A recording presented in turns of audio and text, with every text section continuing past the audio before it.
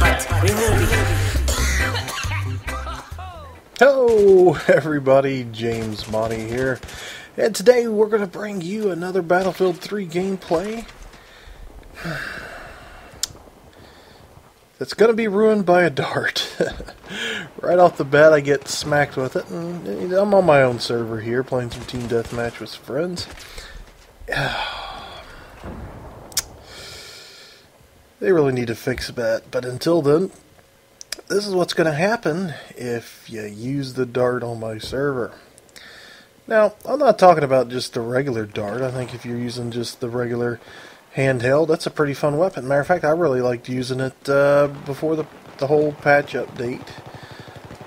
It's just if you don't know already, I mean, you must be living under a rock, but when you use the M26 dart, you mount it underslung on an assault rifle with a heavy barrel. It turns it into just a meat grinder. I mean, it is a shred. You just get the longest distance. Now I've used it.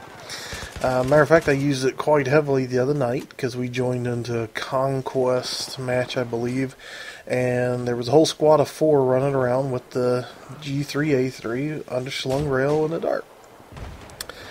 So after one round of that, of getting, one-shotted with it, two-shotted at an insane distance, I said, fuck this. I pulled it out and ended up getting 54 kills with it in a round of Sane Crossing Conquest, and obliterated the guys who were using it.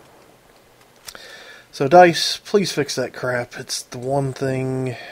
I didn't think there would be anything worse than the USAS with frags, but you found it. Congratulations. So a little bit about this gameplay. Again, playing on my own server here. If you don't know already, just Xbox Live. It's an East Coast server. Just search for James Monty 2003. I'm almost always running Team Deathmatch on it right now, just simply because it's what people want to play. For the last week, I had it set to a mix of, I think, 3 conquest maps, 2 rush maps, 2 TDM matches in a rotation, and it was full a couple nights of the week. I think me and Moby there that just got on, and some of the other team bag guys were on and playing, and it was semi full. I wouldn't say it was it wasn't one of these packed lobbies with a waiting list or anything. So I get on last night, and the server's empty.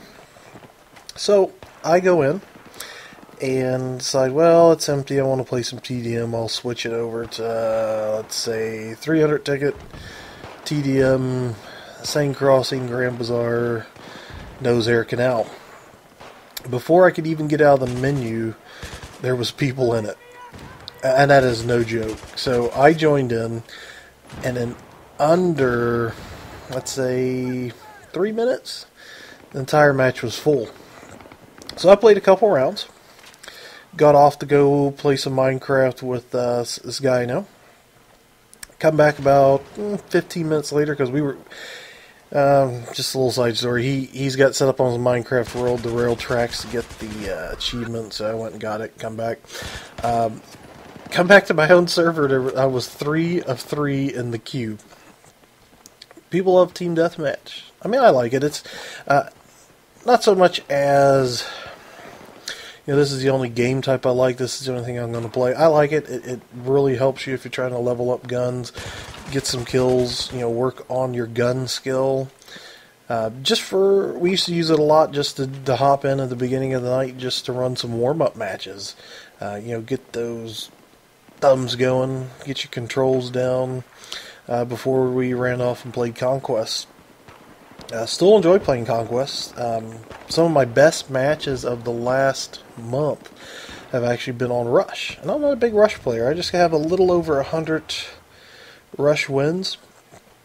And I was really surprised. Had some great Rush matches. We played with Nstrut 99, the Leon Trotsky, and some other guys the other night. Had one of the most exciting, fun matches I can say I've ever had.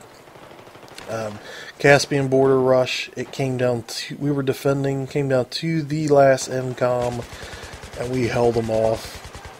And I'm telling you, at the end, it was a butt clincher. It was a great match, though. Yeah.